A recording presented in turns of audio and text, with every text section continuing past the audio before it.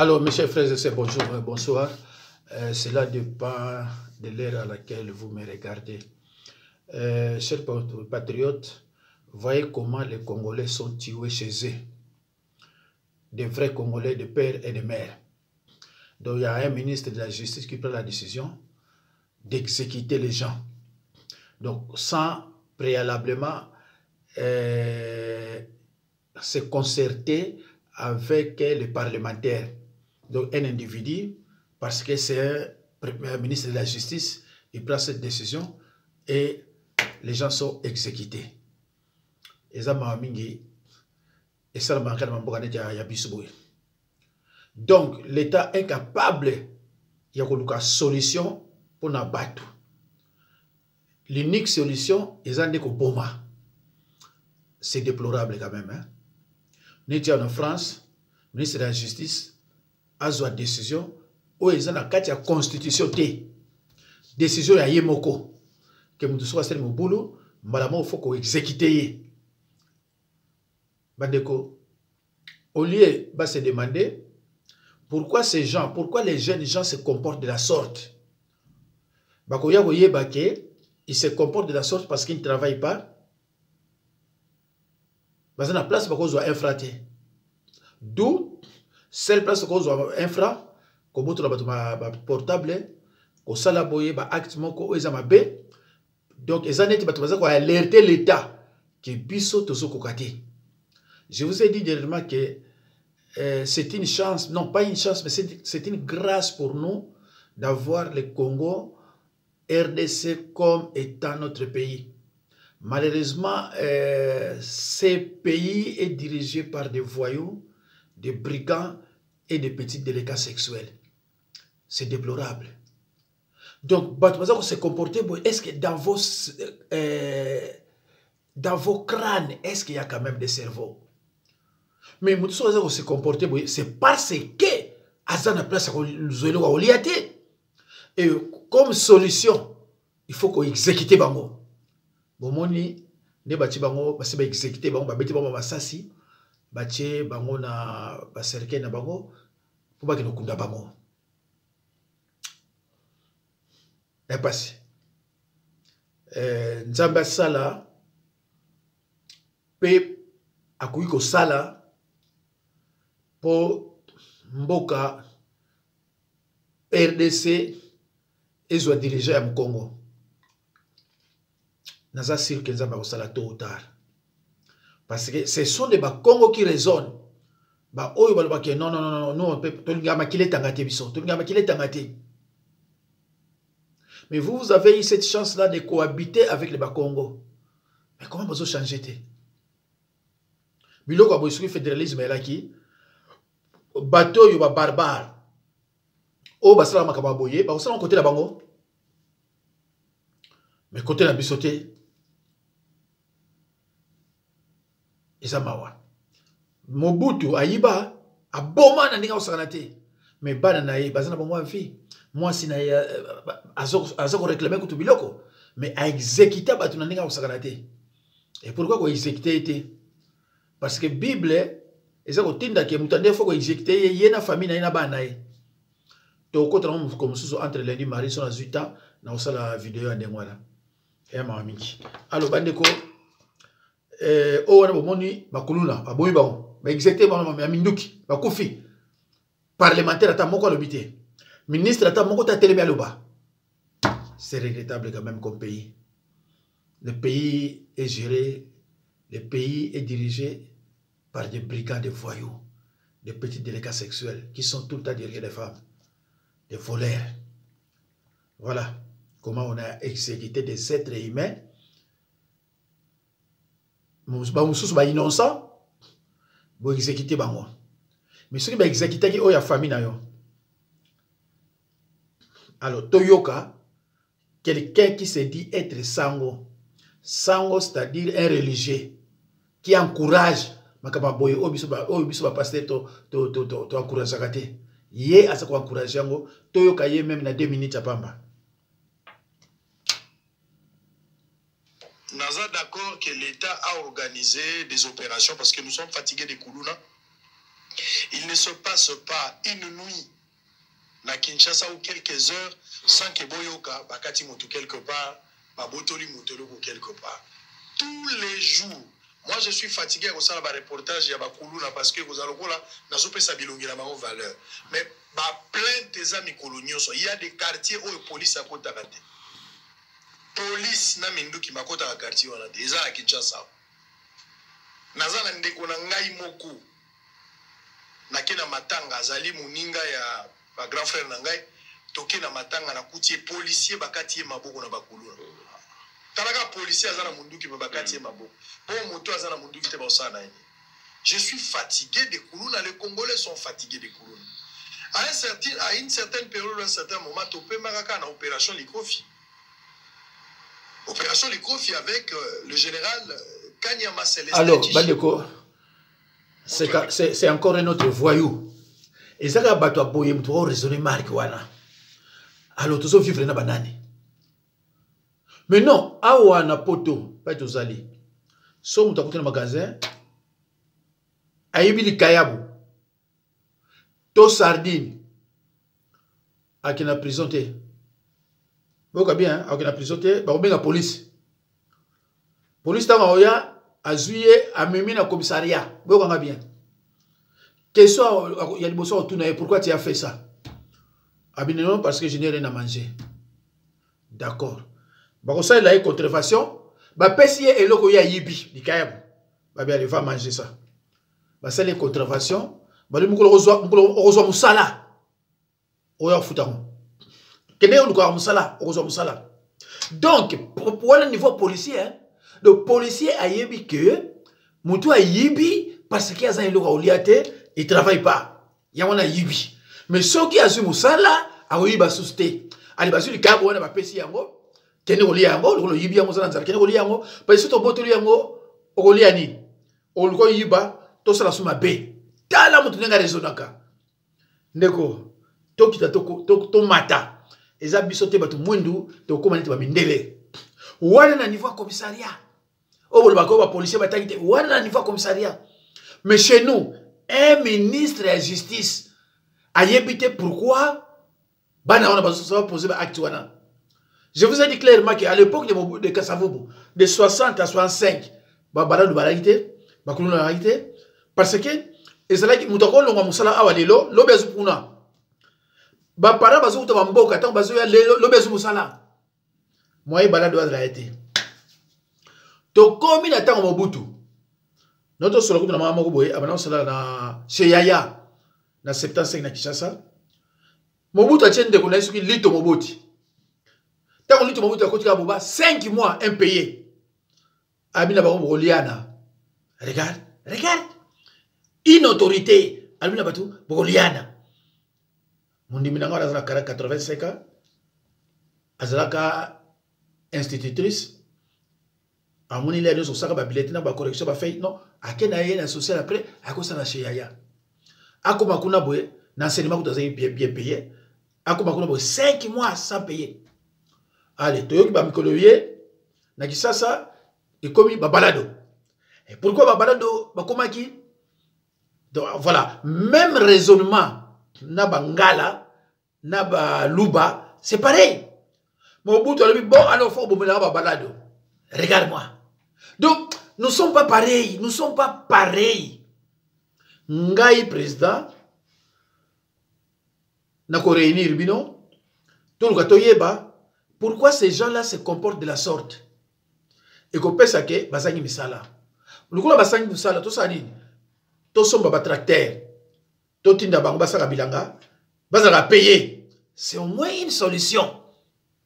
Pandeko bon moi bana ba diriger pays, est-ce que vous comprenez que bana ba diriger pays, c'est-à-dire que qualité il y a pas de solution de rechange, rien. Alors mutaboye botie ministre oyo pe azoloba boko tie pe ministre nga président Bataboy bako salate. Bataboy bako sanangaite. Ah non, bako sanangaite. Mais c'est regrettable.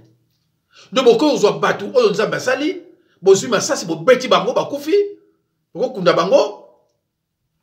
Alors, un certain sango, si c'est un katangé ou bien moulouba, aïe, aleki, pour le baké, basali malamu. Est-ce que bino mozomo na te que bozande ngona ba kongote? Bino mokono. Bozomo na ngote que bozande ngote? Bozomo ko tonda na Congo central. Pour bozo éducation, bo changer ba comportement. Mais bo changer. Ba Congo va favorité. Mon Congo mais tout n'aura toujours pourquoi il a fait ça. Yangona to fana na ba mindele. Soki Congo belge tellement parce que zala ki ba belge na ba Congo. Ndenge to komaki to bebani dans le 4 janvier, et c'est une guerre, combat entre le Congo et le Belge. Et ça jamais les Congolais et les Belges. Mais les Belges et les Congo. C'est une histoire. Parce que quand tu travailles dans le Congo, tu as mis mon équipe, tu as mis coquille. Ah, tu as mis coquille, tu as besoin de patates. Alors, Biloko Aboye, ndenge ni fédéralisme était badekolanga. Hein? Ndenge ni fédéralisme était. Pour le fédéralisme, Biloko Aboye ko zalate. O bazana mentalité, on a basé on pas la bango. O bazana mentalité on ba sala ngote. Pana biso ba Congo mbeli ezelo kumabe. Mbeli ezelo kumabe. Mais pour na batu mususu mbeli ezelo kumalamu. C'est regrettable. L'ère du développement au Congo central est bel et bien arrivée au temps de Grace Bilolo. C'est l'écho qui a retenti mercredi 11 décembre à l'hôtel du gouvernorat du Congo central où le vice-gouverneur Prosper Ntela, représentant le patron de la province en mission, a reçu un groupe d'investisseurs chinois, Kinje, pour discuter des modalités d'application des projets d'exploitation du sol et sous-sol. En premier lieu, joindre par la construction des nouvelles routes quelques entités territoriales partant de Banana jusqu'à Mbanzangongo. Confirmation du directeur général de CODEP, Atanas Makaya, à la tête de cette délégation. Vous savez, vous avez une équipe gouvernementale qui est tellement merveilleuse qu'elle a un projet précis et son excellence, monsieur le gouverneur et son vice ont une image claire de ce qu'ils veulent faire de cette province Eldorado pour les autres. Voilà pourquoi ils ont besoin d'un appui. Il a été décidé de construire et moderniser la boucle Banana en passant par Lukula, Tchela, Madouda, Batasiala, Sumbi, Luozi et en jetant un pont sur le fleuve au niveau de Boulou pour atteindre Mbanzangongo. Donc désormais, avec cette route, nous pouvons facilement passer de Banana à Kinshasa sans passer par Matadi. Donc partout où passent ces routes, il y aura beaucoup d'entreprises qui vont être créées, ce qui pourra aider la province à se développer davantage. Au regard du potentiel que présente la province de Grace-Bilolo, ce groupe d'investisseurs chinois conduit par le milliardaire Injan n'entend pas se limiter aux infrastructures routières. En dehors de cet axe, il y a aussi l'axe Kindopolo qui s'entoure jusqu'au territoire de Kimvula. Cet axe aussi va être construit parce qu'il se trouve là aussi un des plus grands gisements de cuivre en Afrique qui n'a jamais été exploité, qui va être mis en valeur par la province. Il y a l'axe Kulungongo Kimpango. Peu après études satellitaires, on a trouvé des très grandes concrétions de coltan et des castérites. Et cet axe va permettre à ce que nous puissions avoir plus de 8 500 000 emplois directs, sans compter les emplois indirects. Satisfait de l'esprit d'ouverture du chef de l'exécutif provincial au travers son vice, l'exploration de ces sites est projetée au premier trimestre de l'année 2025, au cours de laquelle une grande partie de la province du Congo central va subir sa transformation sous le leadership du gouverneur Grace Nkwangama Swangi Bilolo, suivant la vision claire du chef de l'État, Félix-Antoine Tshisekedi Tshilombo. Alors, c'est ça le fédéralisme. Chaque État fédéral se développe pour créer des emplois. C'est ça. C'est ça. Tant que vous avez dit que Bakongo, Mbalamoko, ceux qui sont chinois, Bakongo, que c'est là où il y a du sérieux. Il faut passer la route, au moins 8000 personnes. Et c'est ça le fédéralisme. Bamoni que pas biso bato bamoni o eza prioritaire eza route parce que ce qui route ezali mais c'est fini makaba bomila kabila ngwana ce qui route ezali esili biloko aboye banda 32 ans Mobutu 18 ans ya Kabila 6 ans 5 ans ya Tshilombo et ça lama jamais ozomona batone ba raisonner ba raisonner ba bité biso awa il faut route. et route tout le comme investisseur investisseur wana ba traiter entre ba Congo na bango ce n'est pas le gouvernement Tshisekedi qui traiter na bango mais bango parce que qui ba gouvernement Tshisekedi ba otina wa hier mais ba Congo ba traiter ba monique et lobeli d'abord ya bato yo ba ça sérieux ah mais yo boma ka bato mais ba investisseur ba ko banga ko ya pa na yo parce que ba ko boma bato tout sur na je crois Mutaduki na ba mususu biso to lingai ko la richesse à Congo centralité mais to moni a balobeli yango ndeko nanga to moni a balobeli yango ce n'est pas pour rien baluba barwa bakena ko barwande bazo kene ko baluba na banani batondi na nzela wana nso banda kasangulu ti na lufu parce que ba yoka ki déjà que richesse na Congo central eza richesse au sakarate ngali ngalo bila ngote na yoki on pa na ye mais bato to sonna ba mino foko lo ba yango ba Congo central botika bambalia na ba pondo mais fédéralisme eko salama to kitato mata fédéralisme ezelo comme malamu mutasita tala yangwana tala exemple yangwana balobile ba l'exhibition que na fédéralisme il faut créer un emploi ba autochtone ba ko travailler fédéralisme ezalité que yo uti kuna oyemba pas ozi musala autochtone azala ngotete autochtone concurrence banani ba baza ba travailler et banani baza ba improductif c'est ça le fédéralisme fédéralisme eza division et ça ko kabonate mais ezali bino a besoin de na bino al to la bino pour travailler. Ce n'est pas que baninga musuba travailler pour bino et vous venez pour voler. Ah non, travailler. Après tu retiens mon so place moko. Donc dans les États-Unis, Chine, na ba pays mususu ya Afrique on a bossa mais docteur Kimbebe otini langa. Non, c'était bien ba pays nyonso oza fédéralisme. Au moins ba pays yango, ils ba état fédéral.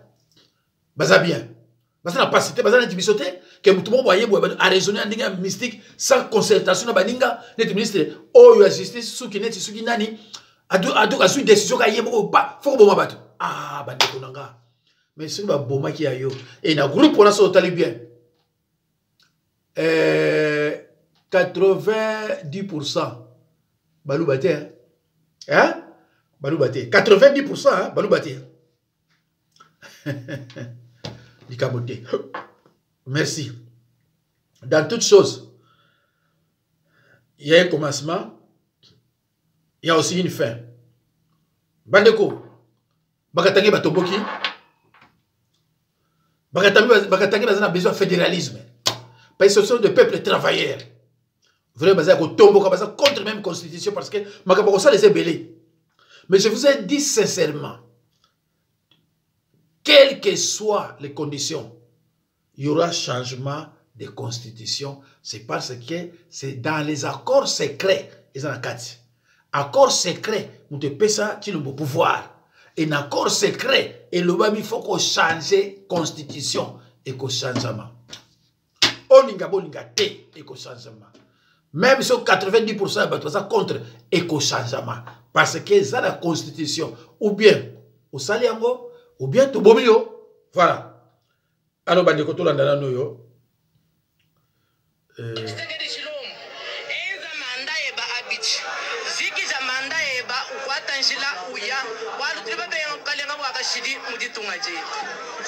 Akipima kubamba constitution kuchanger atabeba moto na ile moto itamulunguza parce que ile intérêt yake personnel yako natafuta na jabula wake batakimbia mukongo batanda hier. Merci beaucoup. Maya anashinda atie wale wenye tuweze kunani kudirije pays fwaje batie atapata chance hata saa moja atoke ende hakuna kile kinafanya nini anafanya hata kimoja tunakatana atie fwaje kadala tunasema no hatuta changer constitution kama yeye anapenda kuchanger constitution ni yeye atoke ache kiti nikusema wao wanabishindwa tunabeba sasa decision kutembea kwa barabara jusqu'à ce que tubarei mambo ya changement de constitution haitakuwa hapo na haitafanikaka c'est kama natafuta kuchanger constitution watanzia hapo mbele sheku tuantere kutosha mukatanga tuba changer constitution. Faut déterminer par rapport à mwisho. Na ile janvier balilaka za changement constitution. Bate changer ma province ingine. Na humu Grand Katanga bataiweza. Constitution hawatapima kubomba kochi tuko kwa tutakimbia. Tuko wanaume faji deuxième mandat que inenea. Donc pour changer la constitution, il n'y a pas moyen. Ils puissent d'abord arranger des choses qui ne marchent pas, et après on pourra voir ce qui concerne la constitution. Tshisekedi n'a pas changé pour changer nini vie sociale ya peuple congolais. Hatuna na besoin de changer la constitution. Kama anataka kusema atachange constitution, atatembea makadavre yetu kama fujo tuko prêt kwa yote. Ndio tunasema paka vile. Tuko bien déterminé. Tutakombana, tutapikana kama ni lufu tutalala maiti. Mateso de putranja kama kwa pouvoir njala kibanditisme kuwa watu ile ya shone. Anakuwa kona paka constitution. Seke chie hatuna na valeur kwake yeye na paka valeur yake na bibi yake na watoto yake. Wala ondamuke ande kuchanja constitution. Mimi ndeke congolaise na katala ni kuprete kupile vyote divide na pia kwa niku tayari. No changement de constitution. Hakuna kuchanja constitution si kwa hata moya. Tshisekedi hana na kitu kila anafanya. Kama anashinda yeye atoke pa pouvoir. Si hatuna besoin changer constitution. Si tuko besoin na salama mu Congo. Ndio kenye tunapenda. Kama yeye anapenda kuchanger constitution, atoke pa pouvoir. Ce n'est pas la constitution qui bloque le pays. Il fallait faire qu'on a dirigé, qu'on a bloqué le pays. Il fallait faire qu'on a dirigé, qu'on a bloqué le pays. Ce n'est pas la constitution. Tout a bloqué, tout a barré. Il est route. Il y a changement de la constitution. Tout a bloqué. En tant que un peuple, article 65-64, tout a eu en vigueur. Ah non, non, ce n'est pas la constitution qui bloque. C'est un problème d'homme. En tant que jeunesse, tunasema ke mukini debu tunaanza kwenda nayo aende kumbele. Je tunalomba kusema constitution batachio mpaka vile. Kuna problem ya mambo constitution sema njoo ina bloquer vie sociale ya bantu. Chez hapa tuko bien décidé. Mais c'est Chilombo anashinda kudiriger pays pendant 6 ans. Depuis quoi pas pouvoir atone kile anafanya. Trop c'est trop. Hapa kama na pima atatembea yulu ya makori yetu. Tuko bien décidé. Qu'il bloque lèche hasta changer constitution. Chez tuko tayari hakuna kile atafanya. Ici tuasa constitution ita changer. Every apenda bloquer bintu. Atachika na hii Katanga atashinda kuingia. Voilà. Bomoni, les Katangais en colère. Voilà, Banderonanga. Minute Pemano Sila. Total Mouké. Cher leader, bonjour Papa Dido. Je reviens encore avec une vidéo de motivation. Nzambe Nangai. Regardez-moi ce poisson. Nous sommes à Kongolo. Kongolo, c'est dans le Maniema. J'ai vu cette vidéo et ça m'a fait mal au cœur. Vous voyez la quantité de poissons que Bozomona Awa et Zoutanalak Wanezali Koleka Pembeni. Regardez-moi la quantité de poissons. Et ces gens sont en train de se plaindre juste parce que Nzela Yako acheminé Mbisi Oyo, Ti Nakalemi, chef-lieu, Nzela Ezate. Bango Bazali côté Abanyu, Zukuna, Kongolo, pas moyen d'acheminer ce poisson. Et regardez bien, Ndenge Bazawana, même au niveau de la conservation, ils ont un souci. Regardez-moi. C'est-à-dire que Zali Bambisi, c'est du vivant, du bio, du frais. Mais ils ne savent pas comment faire. Ni pour stocker, ni pour distribuer. Nzambe Nangai, Tolamuka. C'est pour ça que je vous dis à chaque fois, le problème de nous les Congolais, c'est la volonté. Objectif. Parce que la seule chose qui manque ici, c'est juste la route. Au peuple Baliambisi, au Polanango, Baroboa Kanyonso, Damenangai Tolamuka, Tolamuka, Congolais Tolamuka, mindset.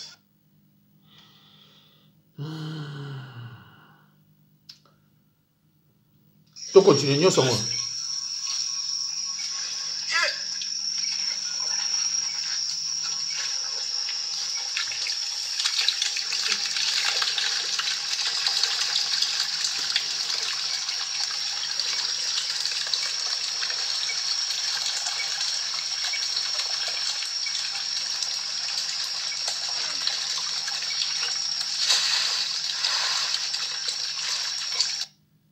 Bandeko, il y a un opinion que ce sont des barbares qui dirigent notre pays.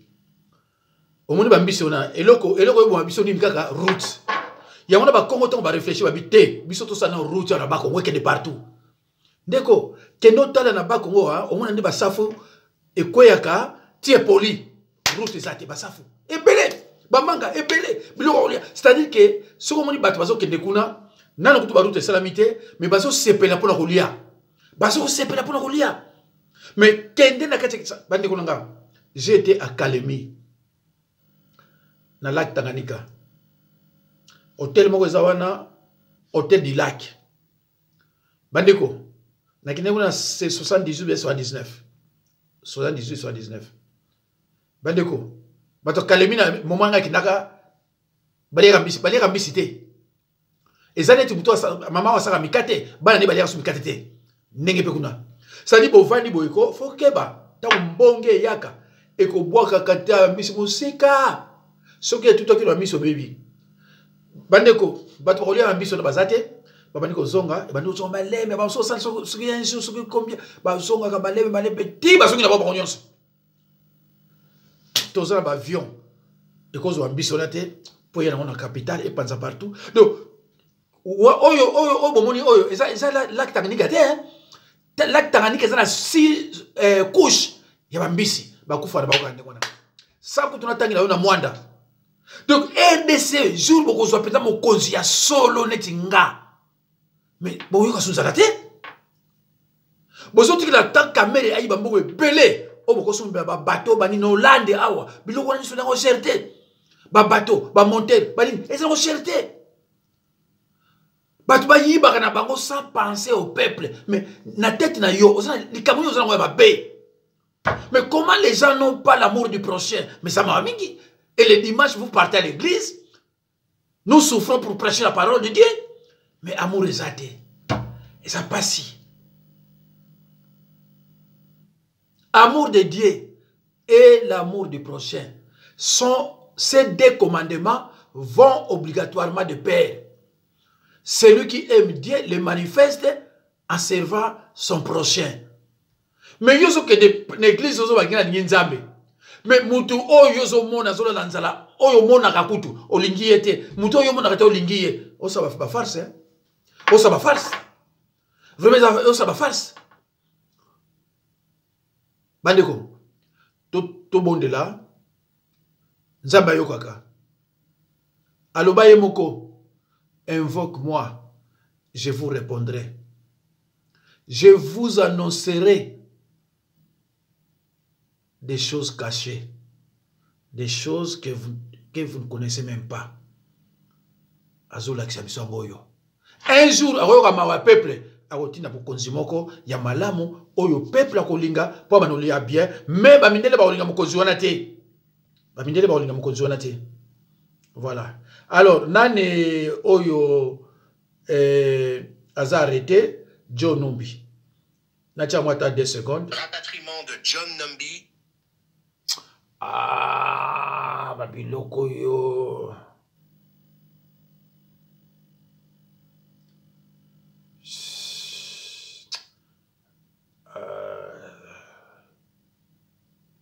C'est quoi ça? Rapatriement de John Numbi et alliés. Une victoire diplomatique ou un avertissement pour la RDC. Un coup de filet discret mais retentissant. Le rapatriement de John Numbi et de Congolais soupçonnés de déstabiliser la RDC depuis la Zambie soulève des questions. La manœuvre marque-t-elle une victoire contre les complots ou dévoile-t-elle des failles stratégiques? Une enquête critique. Bon, bandeko, boyoki rapatriement ya John Numbi, ça pareil, John Numbi onyonso. On peut se pouvoir de l'eau. Démocratique du Congo, RDC, a récemment marqué un coup d'éclat diplomatique et sécuritaire en rapatriant de Zambie un groupe d'individus suspectés de comploter contre la stabilité du pays. Cette opération, menée en toute discrétion en octobre dernier, met en lumière les luttes intestines et les alliances troubles qui minent la sécurité de l'État. Si cette initiative constitue une victoire apparente, Pour Kinshasa, elle laisse entrevoir des zones d'ombre qui interrogent sur l'ampleur de la menace et les moyens déployés pour y faire face. Une opération orchestrée dans le secret absolu. Voilà. Nabandi Bandeko Boyoki oyo ya Boyoki oya nécessaire. Voilà. Pona John Nombi. Toyoka. De suivre Kamere. Lisez mon tweet. Kamere a dit mot à mot ce que moi j'avais dit. Je l'ai dit. Que rien de bon ne sortira de la bouche de ces voleurs des 100 jours. Du mari de la sirène amie d'Achature. Je l'avais dit.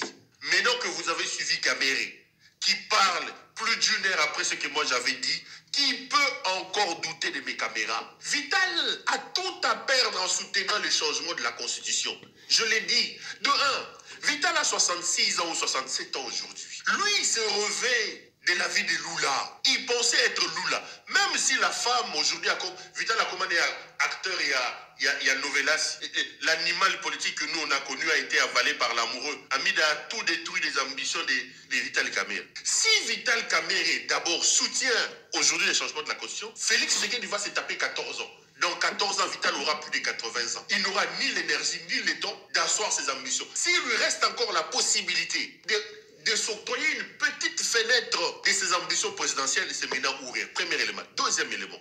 Tshisekedi il a roulé, l'a humilié devant les gens. Tshisekedi a détruit son image sur le plan politique. Et Tshisekedi lui a montré que c'est un homme qui ne tient pas du tout sa parole. Et Vital est en totale contradiction, est en guerre prononcée avec l'UDPS, avec les Kabouya Baligagayete. Donc, quoi qu'en soutenant le changement de la Constitution, Vital aura quel dividende politique dans ça? Donc, la question du changement de la Constitution était une porte ouverte à Vital Kamerhe pour se refaire une santé politique. Parce qu'aujourd'hui, s'opposer au changement de la Constitution peut faire renaître l'animal politique qui est Vital Kamerhe aux yeux de l'opinion. Vital sortira comme l'opposant du palais qui est sorti du palais. Donc c'est